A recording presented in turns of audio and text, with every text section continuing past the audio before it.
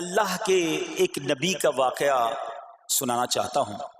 یہ واقعہ قرآن مجید میں بہت تفصیل کے ساتھ موجود ہے، اور یہ واقعہ ایسا ہے کہ میں ان نبی علیہ الصلوۃ والسلام کے عمل کا نام لوں تو نبی علیہ الصلوۃ والسلام کا نام آپ کے ذہن میں خود ہی آ جائے گا۔ یعنی انہوں نے وہ عمل ایسا کیا کہ اب ان کے نام کے ساتھ وہ عمل ایک خاص ٹیگ بن گیا ہے۔ اور اگر میں اب عمل بتاتا ہوں، نام آپ خود بتائیں گے، اور ان کا عمل تھا کہ ان کے اندر کمال صبر تھا۔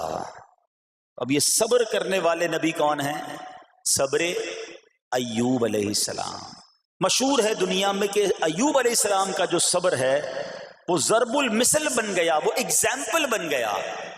صبر تو بہت سارے لوگوں نے دنیا میں کیا، مصیبتیں تو بہت سارے اللہ والوں پر آئیں، مگر حضرت ایوب علیہ الصلوۃ والسلام کو اس قدر کمال کا صبر جو ان کا تھا وہ کیا واقعہ ہے۔ تو آج مشکلیں ہیں، پریشانیاں ہیں، ٹینشن ہیں، لوگ جب پریشان ہوتے ہیں تو صبر کا دامن تھامنے کی بجائے نارملی بے صبری، شکوے اور شکایات کی طرف جاتے ہیں۔ تو زندگی میں جب بھی کوئی معاملہ ہے نا، ہمیں اللہ کے کلام کی طرف رجوع کرنا چاہیے، اللہ والوں کی سیرت کی طرف رجوع کرنا چاہیے، اور رب کریم کے جو منتخب ترین بندے ہیں، دنیا کے افضل ترین جو افراد ہیں، وہ انبیاء کرام علیہ الصلوۃ والسلام ہیں۔ تو ہمیں جب بھی کوئی پرابلم آئے، جب بھی کوئی مسئلہ درپیش ہو، پہلے دیکھیں اللہ والوں نے اس موقع پر کیا کیا تھا، قرآن کیا کہتا ہے، حدیث کیا کہتی ہے، تو پھر زندگی میں چیزیں آسان ہو جاتی ہیں۔ تو حضرت ایوب علیہ الصلوۃ والسلام کی سیرت کے بارے میں جانتے ہیں کہ آپ حضرت اسحاق علیہ الصلوۃ والسلام کی اولاد میں سے ہیں، اور ان کی والدہ حضرت لوط علیہ الصلوۃ والسلام کے خاندان سے ہیں۔ اللہ تعالیٰ نے آپ کو ہر طرح کی نعمت سے نوازا تھا۔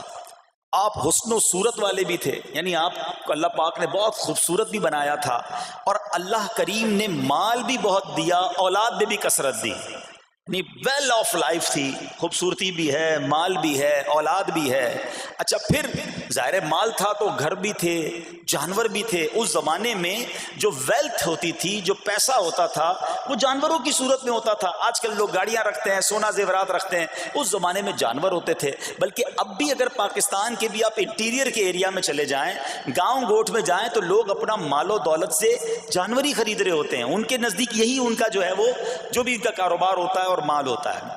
اب آپ پر امتحان آیا، آزمائش آئی، اور وہ آزمائش کیسے آئی کہ پہلے آپ کا مکان گرا، اور خاندان کے جتنے افراد تھے اور آپ کے بیٹے تھے، جتنے بھی آپ کے بیٹے تھے نا، وہ سب اس مکان کے تلے دب کر انتقال کر گئے۔ اللہ اکبر۔ آپ کو آ کر خبر دی جاتی گئی کہ حضور آپ کا مکان گر گیا ہے، آپ کے بچے دب گئے اور دب کر ان کا انتقال ہو گیا ہے۔ آپ فرماتے تھے میرا کیا ہے، جس کا تھا اس نے لے لیا، جب تک اس نے مجھے دے رکھا تھا وہ میرے پاس تھا، جب اس نے چاہا اس نے واپس لے لیا، اسی نے دیا تھا نا۔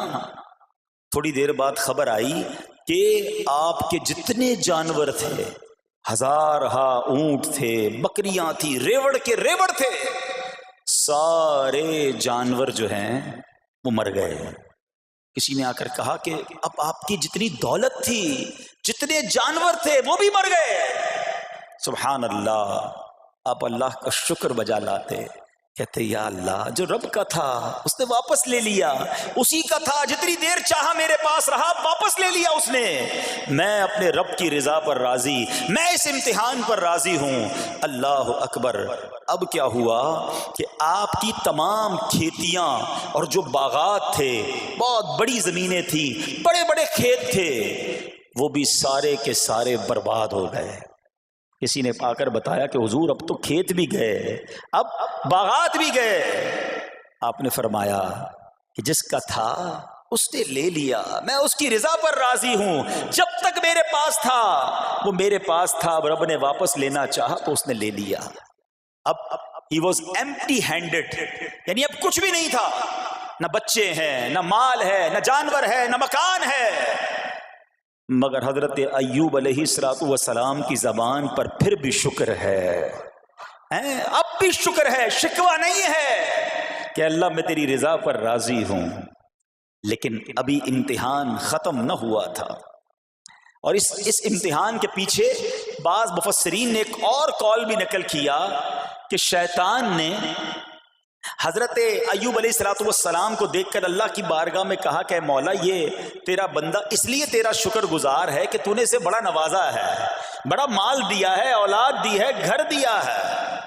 اب رب کریم نے حضرت ایوب پر امتحان بھیجا تاکہ پتہ چلے کہ میرے نیک بندے امتحان کے بعد بھی صبر کرتے ہیں۔ لیکن اب سب چلا گیا نا، تو شیطان نے کہا کہ ابھی جان تو باقی ہے نا، صحت تو باقی ہے، اللہ اکبر، مزید آزمائش آئی اور یہ ہوا کہ آپ کو بیمار کر دیا گیا۔ مبارک جسم پر بڑے بڑے آبلے پڑ گئے، پھوڑے جس کو کہتے وہ پڑ گئے۔ اس حال میں آپ کے سارے دوست بھی آپ کو چھوڑ کے چلے گئے۔ آج کل ویسے بھی حال ایسا ہی ہے جناب، جب تک پیسہ ہے، شہرت ہے، آپ کے پاس کوئی مال ہے تو آس پاس بہت سارے لوگ ہوتے ہیں، مگر جب یہ سب چیزیں چلی جائیں نا تو بعض اوقات ایسی کنڈیشن میں اپنے اور پرائیوں کی جانچ بھی ہو جاتی ہے کہ اب کون کھڑا ہے۔ دوستی مال کے لیے تھی، دوستی شہرت کے لیے تھی، دوستی منصب کے لیے تھی، یا کسی کی ذات سے واقعی خالص دوستی تھی؟ اب کیا ہوا؟ آپ کے سارے رشتہ دار، سارے دوست بھی دور چلے گئے، سوائے آپ کی فرما بردار زوجہ تھی جن کا نام تھا رحمت بن افراہیم، اور یہ حضرت یوسف علیہ السلام کی پوتی بھی تھی، اللہ کے نبی کی آل سے تھی، وہ آپ کی خدمت کرتی رہیں۔ اب جسم پر پھوڑے ہیں، آبلے ہیں، ایک بیوی ہے، نہ پیسہ ہے، نہ مال ہے، نہ بچے ہیں، واٹ ایور جو تھا سب ختم، مگر زبان ہے کہ اس پر پھر بھی اللہ کا ذکر جاری ہے، پھر بھی شکر جاری ہے، پھر بھی صبر ہے۔ بات کرنا آسان ہے جناب، مشکل آئے اور صبر کرے بندہ، اصل امتحان یہ ہے۔ زباں پر شکوے رنجو علم لایا نہیں کرتے، زباں پر شکوے رنجو علم لایا نہیں کرتے، نبی کے نام لیوا غم سے گھبرایا نہیں کرتے۔ ہم میں سے کسی پر ایسی آزمائش نہیں آئی نا، چھوٹی موٹی آزمائشیں تو آتی رہیں گی۔ ایک بات یاد رکھنا، یہ زندگی کی جو گاڑی ہے نا، یہ مسائل کے پہیوں پر ہی چلتی ہے۔ ہمیں بعض اوقات کسی کی گاڑی، کسی کا مکان، کسی کا خوبصورت چہرہ، کسی کی مسکراہٹ دیکھ کر لگتا ہے یار یہ تو دنیا کا سب سے سخی آدمی ہے۔ ایسا نہیں، تو یہ نہ سمجھے کہ سارا جہان جناب سخی ہے اور میں اکیلا دکھی ہوں، ایسا نہیں ہوتا، بلکہ اس جہاں میں تقریباً ہر بندہ ایسا ہوتا ہے جس کے ساتھ کوئی نہ کوئی دکھ لگا ہوا ہوتا ہے، کوئی نہ کوئی پریشانی ہے، کسی کو مال کی پریشانی، کسی کو روزگار کی پریشانی، کسی کو بیماری لگی ہے، کسی کو اور ٹینشن ہے۔ تو یہ کبھی بھی نہ سوچیں کہ میں زندگی گزاروں گا اور کوئی ٹینشن نہیں آئے گی۔ تیار رہو امتحان کے لیے، امتحان ضرور آنا ہے۔ اب کمال یہ ہے کہ اس امتحان میں پاس کون ہوتا ہے۔ حضرت ابراہیم پر امتحان آیا، زبان پر صبر ہے، شکر ہے، شکوہ نہیں ہے۔ اب کیا ہوا کہ آپ کا سال ہاں سال تک یہ حال رہا، یہ 2-4 مہینے کا پرابلم نہیں تھا، کئی سال تک آپ بیمار رہے۔ آپ کی زوجہ جو ہے وہ خدمت کرتی رہی۔ اچھا یہاں ایک غلط فہمی دور کر دوں کہ کچھ لوگ یہ کہتے ہیں، یہ کتابوں میں پتہ نہیں کچھ کتابوں میں لکھ دیا گیا کہ حضرت ایوب علیہ السلام کو معاذ اللہ کوڑ کی بیماری ہو گئی تھی۔ ایسا بالکل نہیں تھا، کوڑ کی بیماری نہیں ہوئی تھی، بلکہ نہ کوڑ ہوا نہ جزام ہوا، آپ کو جسم پر پھوڑے پھنسیاں جن کو کہتے ہیں آبلے نکل آئے تھے، کیونکہ کوڑ کی بیماری وہ ہوتی ہے کہ جس سے لوگ نفرت یا حقارت کرتے ہیں۔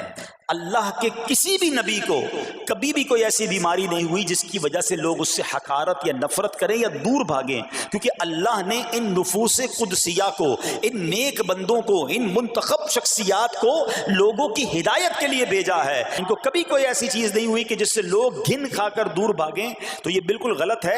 البتہ آپ کے جسم پر آبلے تھے، پھوڑے تھی، اور اللہ اکبر، آپ اس حال میں کیا رب سے عرض کرتے تھے؟ آپ عرض کرتے تھے قرآن میں یہ الفاظ موجود ہیں، انی مسنی الضر وانت ارحم الراحمین۔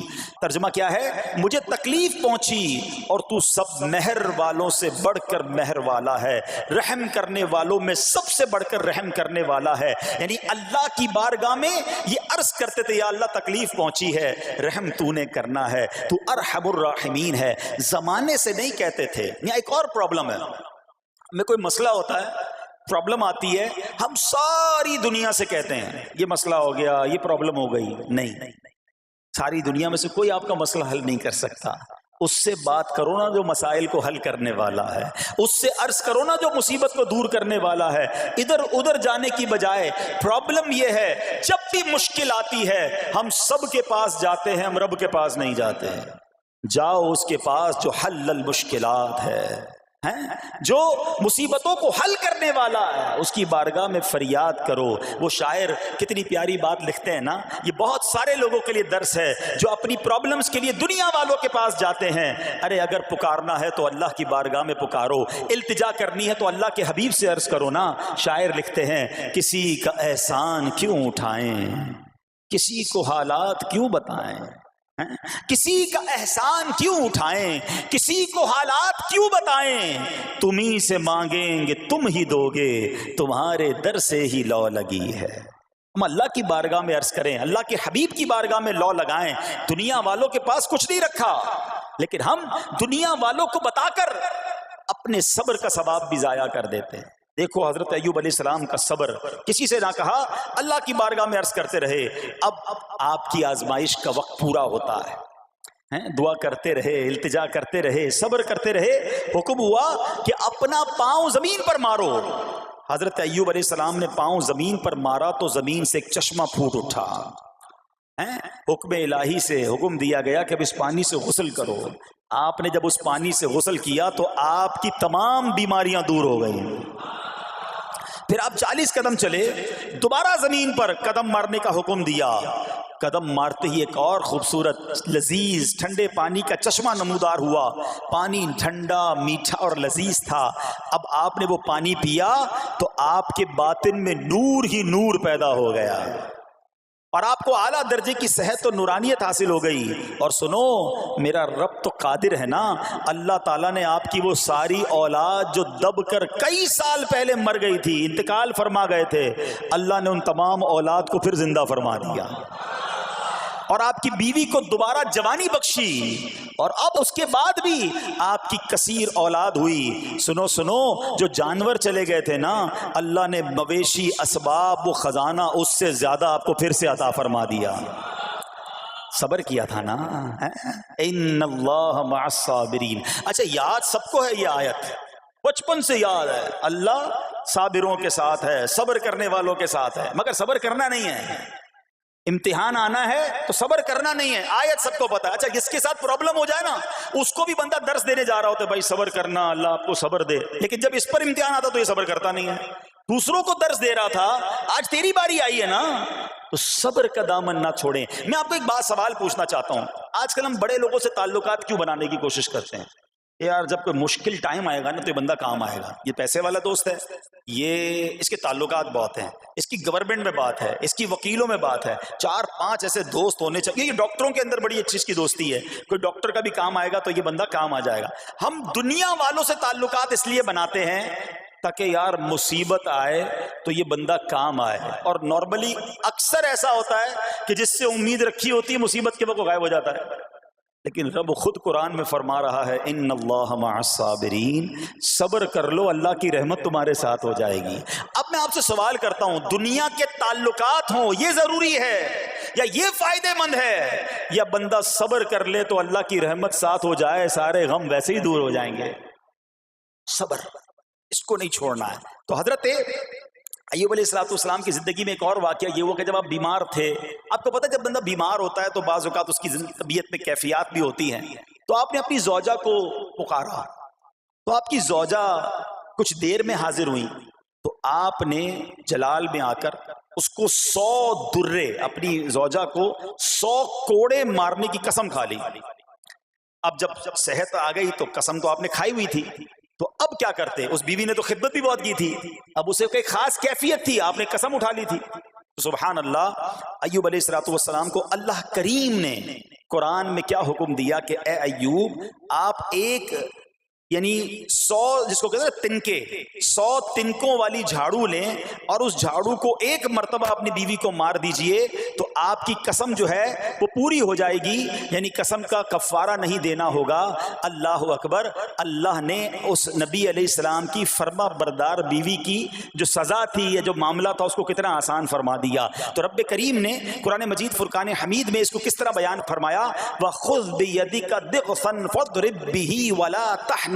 فرمایا کہ اپنے ہاتھ میں ایک جھاڑو لے کر اسے مار دے اور قسم نہ توڑ. اِنَّا وَجَدْنَاهُ صَابِرًا. فرمایا ہم نے اسے صابر پایا. نعم العبد، کیا اچھا بندہ. اِنَّهُ اواب، بے شک وہ بہت رجوع لانے والا ہے. ارے آج دنیا کسی کو کہے یہ صبر والا ہے، حضرت ایوب کی شان دیکھو کہ رب فرما رہا ہے قرآن میں اِنَّا وَجَدْنَاهُ صَابِرًا، اور ہم نے ایوب کو صبر کرنے والا پایا، صابر پایا. اللہ حضرت ایوب کے صبر کے صدقے ہمیں بھی صابرین میں شامل فرما لے. اللہ اکبر. سبحان اللہ. اور رب کریم نے جو اواب فرمایا، علماء کہتے ہیں کہ یہ اواب کے لاجواب خطاب کو جو آپ کے سر مبارک پر ایک تاج کی طرح رکھ دیا گیا، کیونکہ اواب کے معنی کیا ہے؟ انہو اواب، بے شک وہ بہت رجوع لانے والا ہے. اللہ اکبر. صبر کیا تو رب نے کیسے کیسے القاب جو ہیں وہ قرآن میں عطا فرمائے. یہاں ایک اور بات بھی سیکھنے والی ہے کہ حضرت ایوب علیہ السلام کے صبر کا کمال یہ ہے کہ قرآن میں ذکر آ گیا. اب صبح قیامت تک حافظ تلاوت کریں گے، تراویح میں قرآن پڑھا جائے گا، جب بھی قرآن کی تلاوت دنیا کے کونے کونے میں کی جائے گی، قیامت تک حضرت ایوب کے صبر کا ذکر ہوتا رہے گا. جب آپ صبر کرتے ہیں اللہ رسول کو راضی کر لیتے ہیں، اللہ ان ناموں کو بلند فرما دیتا ہے. بہرحال میرے پیارے اسلامی بھائیوں، اب یہاں تھوڑا سا ایک شرعی مسئلہ بھی سمجھ لیں. بعض اوقات ہے کہ آپ لفظ سنتے ہیلا. اچھا کچھ لوگ جب یہ لفظ ہیلا سنتے ہیں تو کنفیوز ہو جاتے ہیں، یار یہ کیا ایک کام کرنا تھا اس کو ایک اور طریقے سے کر دیا، ہمیں سمجھ نہیں آ رہا. عجیب عجیب سی لوگ باتیں کرتے ہیں. سبحان اللہ. علماء فرماتے ہیں پہلے ہیلے کا مسئلہ سمجھ لیں. فتاوی عالمگیری میں ہے جو ہیلا کسی کا حق مارنے یا اس میں شبہ پیدا کرنے یا باطل ذریعے سے فریب دینے کے لیے کیا جائے وہ مکروہ ہے، اور جو ہیلا اس لیے کیا جائے کہ آدمی حرام سے بچ جائے یا حلال کو حاصل کر لے وہ اچھا ہے. انما الاعمال بالنیات. غلط نیت سے ہیلا کہ کسی کا حق دبا لوں یا معاذ اللہ زکوٰۃ ادا ہی نہ کرنی پڑے، اللہ کو کوئی دھوکہ نہیں دے سکتا. اللہ دیکھ رہا ہے کہ اس کی نیت کیا ہے. لیکن ہیلا اس لیے ہے کہ حرام سے بچ جائے، حلال حاصل کر لیا جائے. تو اس کی جو جواز کی صورتیں ہیں علماء نے فرمایا یہ آیت اس میں دلیل ہے. اور آیت کیا تھی؟ وَخُذْ بِيَدِكَ ضِغْثًا فَاضْرِب بِهِ وَلَا تَحْنَثْ.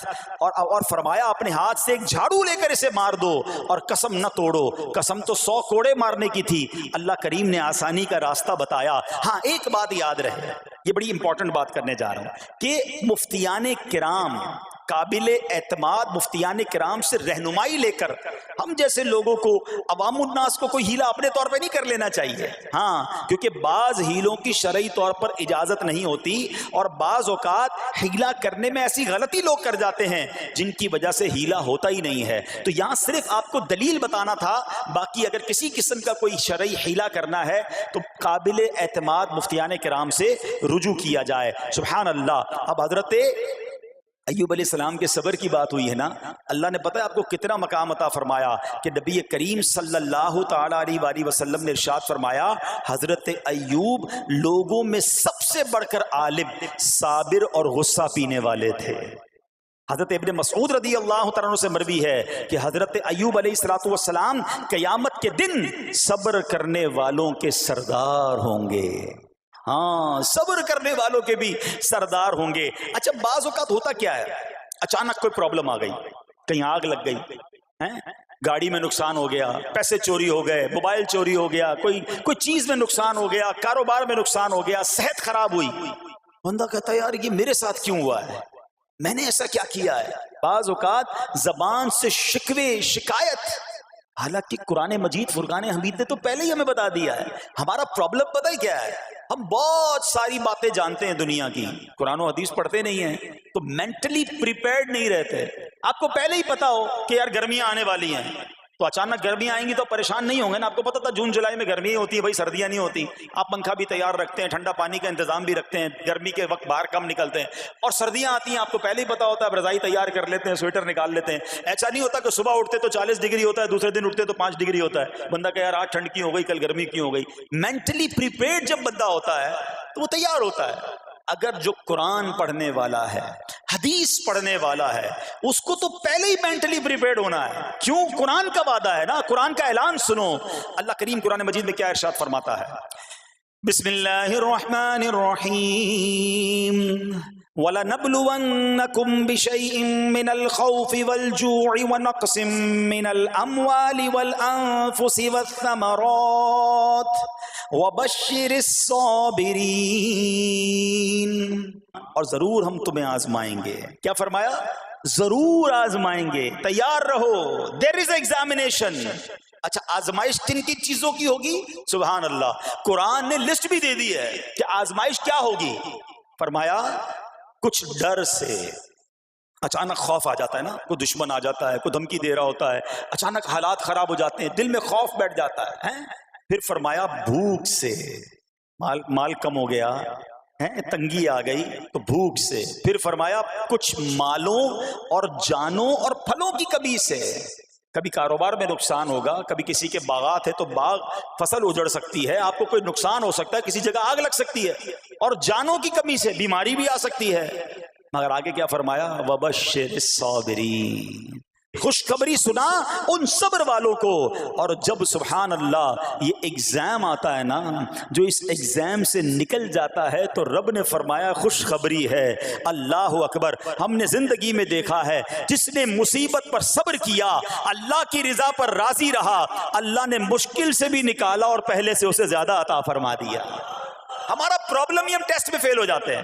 جیسے امتحان شروع ہوا، واویلا شروع، شور شروع، شکوے شروع. سب کو بتانا، حالانکہ کر کوئی نہیں سکتا لیکن سب کو بتائیں گے. نہ کرو ایسا. میں جانوں میرا رب جانے، مجھے کیوں کسی کو بتانا؟ ہاں وہ کریم ہے، وہ دیکھ رہا ہے کہ میرا بندہ صبر کر رہا ہے. سبحان اللہ. حضرت سیدنا امام ابو جعفر محمد بن جریر تبری تفسیر تبری میں اس آیت مبارک کے تحت فرماتے ہیں، یعنی ہم تمہیں دشمن کے خوف، قحط سالی، شدید بھوک و فقر و فاقہ، فصلوں کی کمی، مقاصد کے حصول میں مشکلات، کفار سے جنگ کے دوران افرادی قوت میں کمی اور اہل و عیال کی موت وغیرہ کے ذریعے آزمائیں گے. اور یہ سب چیزیں بطور امتحان ہوں گی تاکہ تمہارے سچے جھوٹوں سے اور اہل بصیرت منافقوں سے جدا ہو جائیں. یعنی اس ٹیسٹ میں پتہ چل جائے گا کون اللہ والا ہے، کون صبر والا ہے، کون اللہ کی رضا پر راضی رہنے والا ہے. سنو سنو، جب یہ تکلیف آتی ہے نا تو اس کا پھر اجر کتنا ملتا ہے. شہنشاہ نبوت، مخزن جود و سخاوت صلی اللہ تعالی علیہ وسلم نے ارشاد فرمایا، جو دنیا میں ہی اپنی ہر خواہش کی تکمیل کر لے تو یہ چیز آخرت میں اس کے اور اس کی خواہش کے درمیان آڑ اور پردہ بن جائے گی. اور جو مالداروں کی زینت کی طرف اپنی نگاہیں دراز کرے تو وہ آسمان والوں کے سامنے بے عزت ہو جاتا ہے. اور جو شدید بھوک پر صبر کرے اللہ عز و جل اس کو جنت الفردوس میں جہاں چاہے گا ٹھکانہ عطا فرمائے گا. ہاں، ہر چیز پوری ہو جائے، جو چاہیے وہ مل جائے، یہ نہیں ہونا چاہیے. کچھ نہ کچھ آزمائشیں آئیں گی، اور اگر سب ادھر مل گیا تو ادھر پھر کیا ملے گا؟ ہم اللہ سے یہ دعا کرتے ہیں کہ ادھر بھی عطا فرمائے، ادھر بھی محروم نہ کرے. ہاں، ہمیں ڈرتے بھی رہنا چاہیے کہ یار میں جو مانگتا ہوں ادھر مل جاتا ہے، کہیں وہاں محروم نہ رہ جاؤں. تو آزمائش آئے تو صبر کرنا چاہیے، اللہ کی رضا کے طور پہ زندگی گزارنی چاہیے. ایک بار نبی پاک علیہ الصلوۃ والسلام انصار کے پاس تشریف لے گئے تو فرمایا کیا تم مومن ہو؟ بڑا کمال کا سوال جواب ہے، ذرا غور کیجئے گا. ہمارے پاس بھی کوئی آ کر کہے کہ کیا تم مومن ہو تو ہم کیا جواب دیں گے؟ صحابہ خاموش رہے. سیدنا فاروق اعظم نے کہا حضور ہاں ہم مومن ہیں. شاید ہمارا بھی جواب یہی ہوگا مومن ہے. مگر اگلا سوال سنو نبی پاک علیہ الصلوۃ والسلام کا. فرمایا کہ اگر تم مومن ہو تو تمہارے ایمان کی علامت کیا ہے؟ ہاں، اب ہم سے کوئی یہ سوال کرے تو ہم جواب کیسے دیں گے؟ بھائی تم کہہ رہے ہو مومن ہیں، واٹ از دا سمٹمز؟ کوئی نشانی، کوئی علامت تو بتاؤ نا. اب یہ سوال کرنے والے کون ہیں؟ پیارے آقا صلی اللہ تعالی علیہ وآلہ وسلم صحابہ سامنے بیٹھے ہیں، ارشاد فرمائے مومن ہو تو علامت کیا ہے؟ تو کیا شاندار جواب دیا کہ صحابہ کرام نے کہ ہم جب فراخی کی حالت ہوتی ہے نا، آسانی ہوتی ہے تو ہم شکر ادا کرتے ہیں، جب آزمائش آتا ہے، کوئی پرابلم آتی ہے، ہم صبر کرتے ہیں اور اللہ کے فیصلے پر راضی رہتے ہیں۔ نبی اکرم علیہ الصلوۃ والسلام نے جواب میں کیا فرمایا؟ رب کعبہ کی قسم تم مومن ہو۔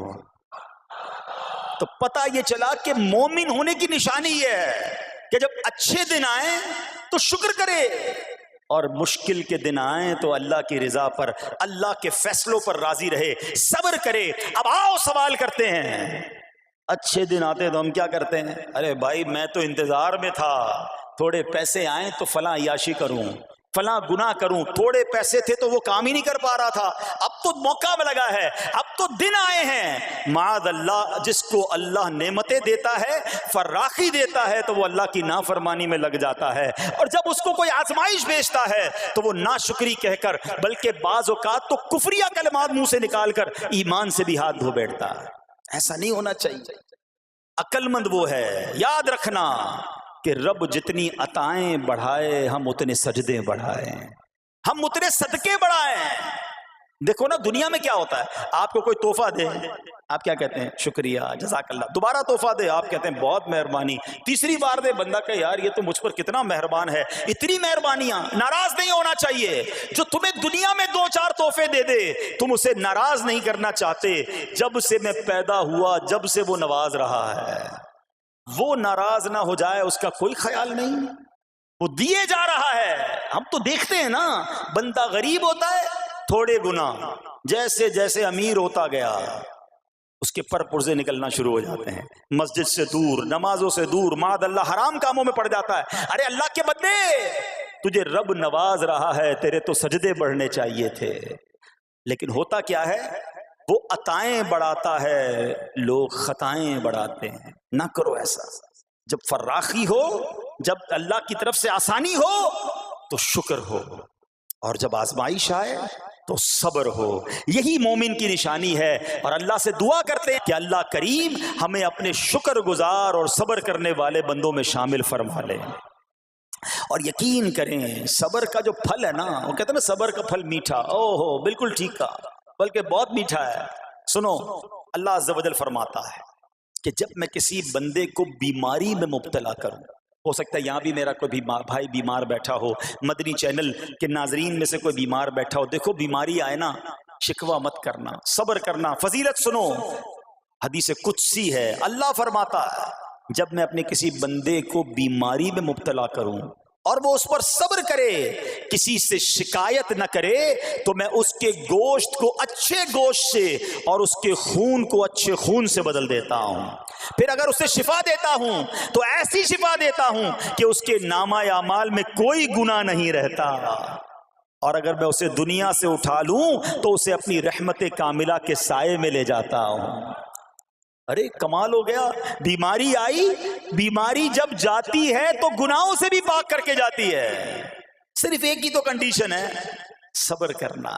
بیماری آئی، صبر کرنا، ہاں کسی سے بات نہ کریں، شکوہ نہ کریں، اللہ کی بارگاہ میں عرض کریں مولا تیری مہربانی، ہاتھ میں درد ہے باقی جسم تو سلامت ہے، اے اللہ آنکھ میں درد ہے باقی جسم تو سلامت ہے، اے اللہ گردوں میں پرابلم ہے میرا باقی جسم تو سلامت ہے، یہ بھی تیری مہربانی ہے۔ اللہ کرے کہ ہم شکر گزار بندے بن جائیں، کیونکہ یہ بیماری تو ہمارے گناہ معاف کروانے آئی تھی، مگر افسوس یہ ہے کہ جو گناہ معاف کروانے والا کام ہمارے ساتھ ہوا اس میں بھی ہم نے اللہ کو ناراض کر دیا اور شکوے شکایات کی۔ سنو سنو، اس نے اخلاق کے پیکر نبیوں کے تاجور صلی اللہ تعالی علیہ وسلم نے ارشاد فرمایا، ابھی تو صرف بیماری کی بات ہوئی نا، اب آؤ اگر کسی کو کاروبار میں نقصان ہو گیا، کسی کے پیسے کم ہو گئے، کسی کی جان و مال کا کوئی نقصان ہوا، کوئی آگ وغیرہ لگ گئی، سنو اللہ کے حبیب علیہ الصلوۃ والسلام فرماتے ہیں کہ اللہ ارشاد فرماتا ہے، پھر حدیث قدسی ہے کہ جب میں اپنے کسی بندے کے بدن یا اس کے مال یا اس کی اولاد کی طرف کوئی سختی بھیجوں،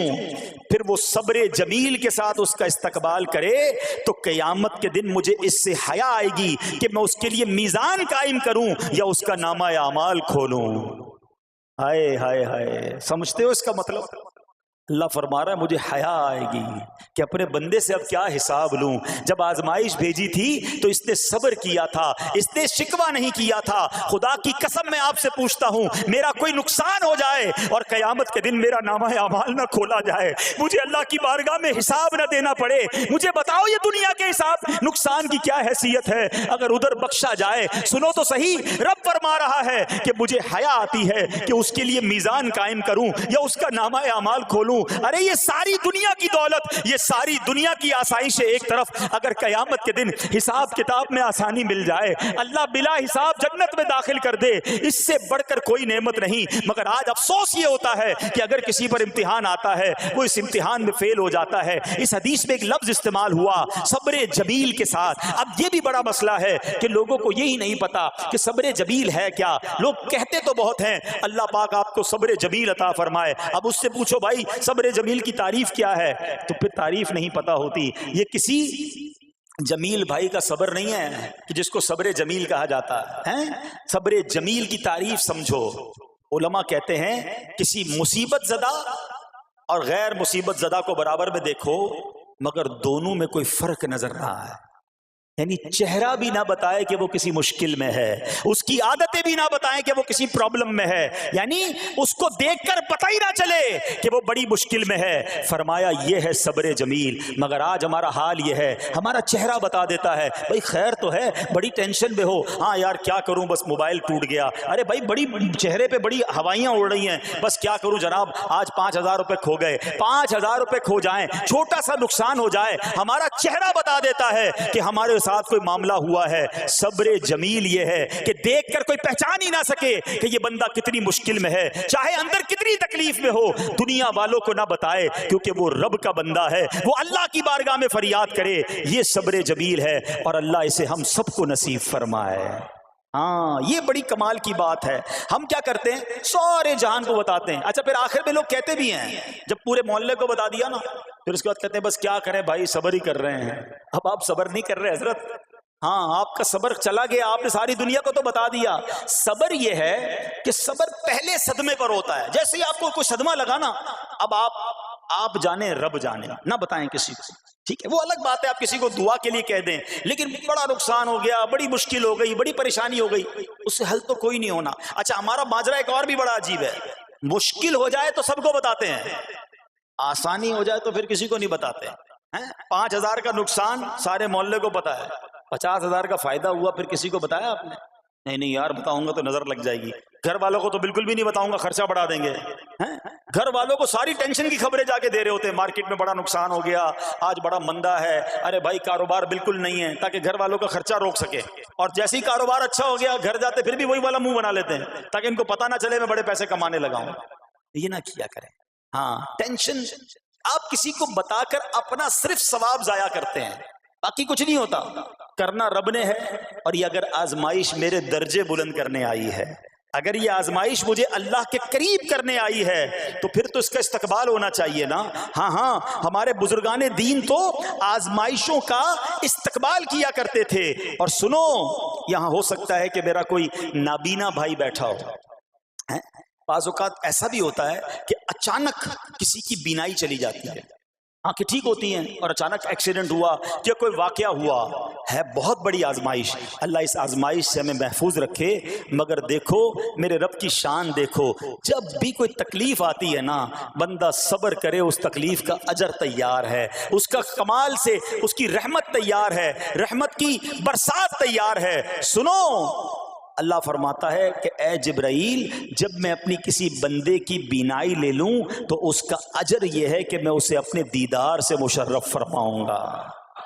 ہاں آنکھیں گئی ہیں مگر اللہ فرماتا ہے میں اپنا دیدار کرواؤں گا, بس صرف صبر کرنا ہے.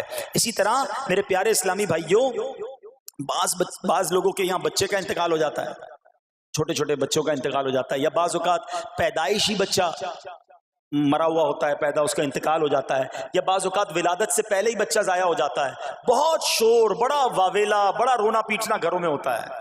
مت کیا کرو ایسا, یقین کریں یہ بہت بڑا انعام تمہیں ملنے جا رہا ہے. ایسا نہ ہو یہ رونا پیٹنا، یہ بے صبری، یہ اللہ کی بارگاہ میں شکوے شکایات، اتنے بڑے تم اجر سے محروم رہ جاؤ۔ سنو، اللہ کے آخری نبی صلی اللہ تعالی علیہ وسلم نے فرمایا جس مسلمان جوڑے کے 3 بچے انتقال کر جائیں، اللہ عز و جل ان بچوں پر فضل و رحمت کرتے ہوئے ان دونوں یعنی ماں باپ کو جنت میں داخل فرمائے گا۔ صحابہ کرام نے عرض کی کسی کے 2 بچے، فرمایا 2 بچے بھی، پھر عرض کی اور 1، فرمایا 1 بھی، پھر فرمایا اس ذات کی قسم جس کے قبضہ قدرت میں میری جان ہے، جس عورت کا کچا بچہ فوت ہو جائے یعنی حمل ضائع ہو جائے اور وہ اس پر صبر کرے تو وہ بچہ اپنی ماں کو اپنی ناف کے ذریعے کھینچتا ہوا جنت میں لے جائے گا۔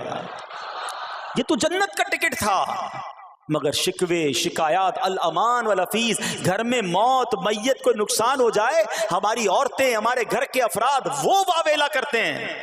معاذ اللہ، بعض اوقات تو کفریہ کلمات زبان پر ہوتے ہیں، معاذ اللہ ثم معاذ اللہ، کہتے کہ اللہ کو ہمارا ہی گھر ملا تھا، اتنے چھوٹے بچے کا کیا قصور تھا؟ استغفر اللہ۔ یہ تمہارے جملے، ایک تو گھر میں مصیبت پہلے ہی آئی ہوئی ہے اور تم اللہ پر اعتراض کر کے معاذ اللہ، اللہ کو ظالم کہہ کے اپنا ایمان بھی ضائع کر بیٹھے، یہ تو اس سے بڑی مصیبت ہو گئی نا۔ تو نہ کریں ایسا، سیکھو۔ آج میں نے آپ کے سامنے حضرت ایوب علیہ السلام کی سیرت اور قرآنی واقعہ بیان کیا کہ سب کچھ چلا گیا مگر وہ اللہ کی رضا پر راضی تھے، رب نے انہیں صبر کرنے والا بندہ بھی فرمایا اور ساری نعمتیں پہلے سے زیادہ عطا فرما دی۔ ہاں بالکل نوازا جائے گا، صبر کا دامن اگر نہ چھوڑیں۔ سنو ہمارے اسلاف کیسے صبر کرتے تھے۔ حضرت سیدنا فتح موصلی رحمت اللہ تعالی علیہ کی زوجہ محترمہ رضی اللہ تعالی عنہا کا پاؤں پھسل گیا اور ان کا ناخن ٹوٹ گیا، وہ مسکرانے لگی۔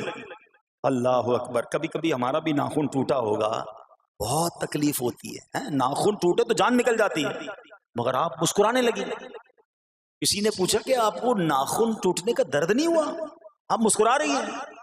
تو فرماتی ہیں کہ اس درد پر جو ثواب ملے گا نا، مجھے درد پر صبر کروں گی اور جو مجھے اس پر ثواب ملے گا تو اس ثواب کے تصور نے میرے درد کی تلخی کو دور کر دیا۔ ہائے ہائے ہائے، یہ ہے اللہ والے۔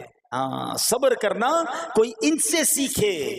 میرے پیارے اسلامی بھائیوں، احادیث میں، روایتوں میں یہ مضمون ملتا ہے کہ اللہ کریم کی بارگاہ میں بندے کا کوئی درجہ رکھا ہوتا ہے، یعنی اللہ کی رضا یہ کہ بندہ اس سٹیج تک پہنچ جائے، اس درجے تک پہنچے، مگر وہ نماز کے ذریعے، روزوں کے ذریعے، عبادتوں کے ذریعے اس درجے تک نہیں پہنچتا، پھر اللہ اس پر آزمائش بھیجتا ہے کہ میرا بندہ صبر کر لے تاکہ صبر کر کے اس درجے کو حاصل کر لے۔ ہائے ہائے، یعنی مجھ پر کوئی آزمائش آئی تھی میرے درجے بڑھانے، مگر ہائے میری بے صبری کہ میں نے وہ درجہ پانے کا موقع ضائع کر دیا، میں نے وہ ثواب پانے کا موقع ضائع کر دیا۔ خدا را یاد رکھنا، اگر کسی آزمائش سے گزر رہے ہو تب بھی، اور اگر آئندہ کوئی آزمائش آئے، صبر کا دامن نہ چھوڑنا، یہ تصور کر لینا کہ یہ میرے گناہ معاف کرنے کا ذریعہ بن رہا ہے، یہ میرے درجے بڑھانے کا ذریعہ بن رہا ہے۔ اور سنو، جب مصیبت آئے تو پڑھنا کیا ہے؟ رسول اللہ صلی اللہ تعالی علیہ وآلہ وسلم نے فرمایا جو مصیبت کے وقت انا للہ و انا الیہ راجعون کہتا ہے تو اللہ عز و جل اس کی پریشانی دور فرما دیتا ہے اور اس کے کام کا انجام اچھا فرماتا ہے اور اسے ایسا بدل عطا فرماتا ہے جس پر وہ راضی ہو جاتا ہے۔ تو یہ پڑھ لیں، لیکن شکوہ نہ کریں، دنیا والوں کو بتانے کی حاجت نہیں۔ اچھا، وہ جو میں بات کر رہا تھا کہ تکلیف سب کو بتانی ہے اور راحت کے بارے میں کسی کو کوئی شکر کرتا ہوا نظر نہیں آتا۔ ایک بار ایک شخص کے سر پر جو ہے نا وہ تکلیف ہوئی نا، سر میں درد ہو گیا، اس نے پٹی باندھی اور گھومنے لگا۔ اس زمانے میں حضرت رابعہ بصریہ رضی اللہ رحمت اللہ تعالی علیہ، اللہ کی بہت بڑی ولیاں ہیں، آپ نے اس کو دیکھا کہ کیوں پٹی باندھی ہے؟ وہ کہتا سر میں درد تھا اس لیے پٹی باندھی ہے۔ بات تھوڑی سی باریک ہے، سمجھدار لوگ سمجھیں گے، اس لیے پٹی باندھی ہے کہ سر میں درد تھا۔ اللہ اکبر۔ اس اللہ والی نے پتہ ہے کیا کہا؟ آپ کہتی ہیں کبھی صحت کی پٹی بھی باندھی ہے؟ ہاں، یہ جملہ ہے بڑا سمجھنے والا ہے، یعنی اللہ نے اتنے دنوں تک صحت میں رکھا تو کسی کو نہیں بتایا، اور تھوڑے دنوں کی تکلیف آئی تو پٹی باندھ کے سب کو بتانے چلا ہے کہ رب نے بیمار کیا ہے۔ ہاں ہمیں اللہ کریم کی طرف سے آزمائش ہمیشہ تھوڑی آتی ہے. اگر اپنی زندگی کا ہم پورا عرصہ کیلکولیٹ کریں نا کہ بھئی 40 سال کا کوئی بندہ ہو گیا ہے تو کتنے دن ہوئے 40 سال میں؟ ٹھیک ہے، ایک بار کبھی بیٹھ کے اکیلے میں حساب کرنا، اتنے ہزار دن میں نے دنیا میں گزارے، کتنے دن بیمار رہا؟ تو شاید چند دن، 100 دن، 50 دن، 200 دن بنیں گے. کئی ہزار دنوں میں سے اگر چند دن اللہ نے مجھ پر آزمائش ڈالی تو ہزاروں دن راحت بھی تو ڈالی نا، صحت بھی تو عطا فرمایا.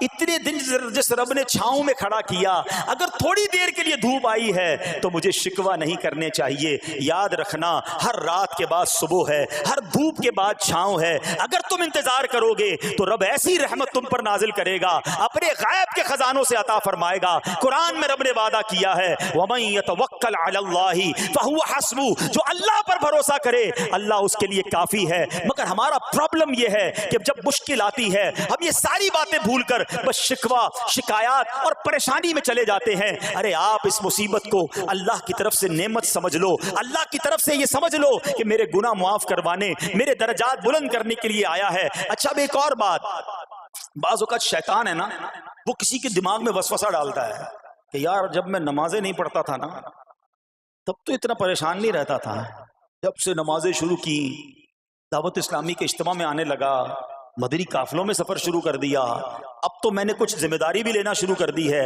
ارے میں نے جب سے امامہ پہنا ہے، یہ داڑھی رکھ لی ہے، میری کوئی اسلامی بہن سن رہی ہے کہ بے پردہ گھومتی تھی تو کوئی اتنا ٹینشن نہیں تھا، اب میں نے جناب پردہ کرنا شروع کیا ہے، قرآن پڑھنا شروع کیا ہے تو ٹینشنیں شروع ہو گئی ہیں. اب شیطان بعض لوگوں کے ذہنوں میں یہ وسوسہ ڈالتا ہے کہ میں تو دین کے قریب ہو رہا ہوں، اللہ کے قریب ہو رہا ہوں، اور مجھ پر آزمائشیں کیوں آ رہی ہیں؟ سنو سبحان اللہ، اللہ کے حبیب علیہ الصلوۃ والسلام کی کیا شان ہے. ہم اعلیٰ حضرت ایسے ہی نہیں کہتے کہ میں نثار تیرے کلام پر، ملی یوں تو کس کو زبان نہیں، وہ سخن ہے جس میں سخن نہ ہو، وہ بیان ہے جس کا بیان نہیں. میرے آقا نے کم و بیش 1450 سال پہلے یہ مسئلہ سالو کر دیا. حضرت سیدنا سعد بن ابو وقاص رضی اللہ تعالیٰ عنہ فرماتے ہیں کہ میں نے عرض کی یا رسول اللہ صلی اللہ تعالیٰ علیہ وسلم، سب سے زیادہ مصیبتیں کن لوگوں پر؟ گلی مقاتی نا، پنجابی بچ کہتے ہیں نا گالی بات ہی ختم کر دی. حضور یہ بتائیں سب سے زیادہ مصیبتیں کن لوگوں پر آئیں؟ پیارے آقا نے فرمایا انبیاء پر. اللہ اکبر، اللہ کے سب سے قریب تو انبیاء ہیں نا، انبیاء پر، پھر ان لوگوں کے بعد جو لوگ بہتر ہیں، پھر ان کے بعد جو بہتر ہیں. سنو اب اگلا جملہ، بندے کو اپنی دینداری کے اعتبار سے مصیبت میں مبتلا کیا جاتا ہے. اگر وہ دین میں سخت ہوتا ہے اس کی آزمائش بھی سخت